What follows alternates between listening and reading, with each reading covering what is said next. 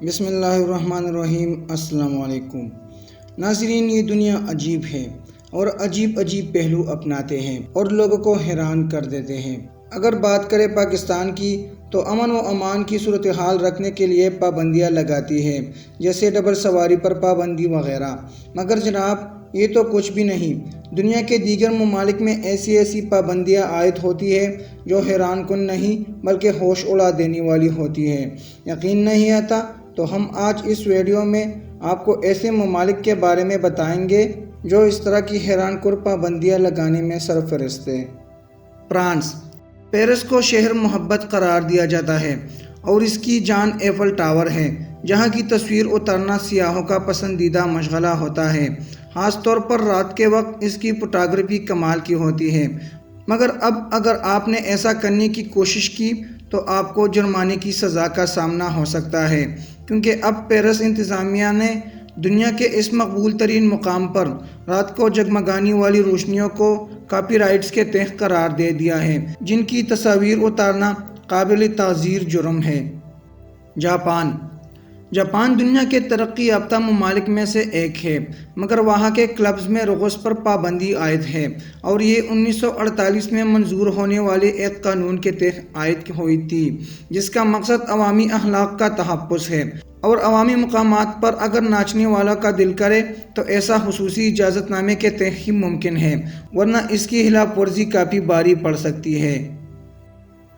Singapore. Chewing گم چبانا بیشتر افراد کا پسندیدہ مشغلہ ہوتا ہے، مگر سنگاپور میں ایسا کرنا کافی مہنگا ثابت ہو سکتا ہے، کیونکہ وہاں اس کے چبانے تو کیا فروخت تک پر پابندی عائد ہے اور وہاں رہنے والوں کے لیے تو اسے خریدنا ناممکن ہے۔ اس کا مقصد اس چھوٹے سے ملک کو صاف ستھرا رکھنا ہے۔ ایران میں کافی چیزوں پر پابندیاں عائد ہوتی رہتی ہیں، تاہم مردوں کے لیے 2010 میں ایسی پابندی نامہ سامنے آیا جس نے ان کے ہوش اڑا دیے، یعنی اپنے بالوں کے انداز یا ہیئر سٹائل کو ریاستی احکامات کے مطابق ڈالنا، اور اس کے تحت ان پر پونی ٹیل اور سپائک سٹائل پر پابندی عائد ہے۔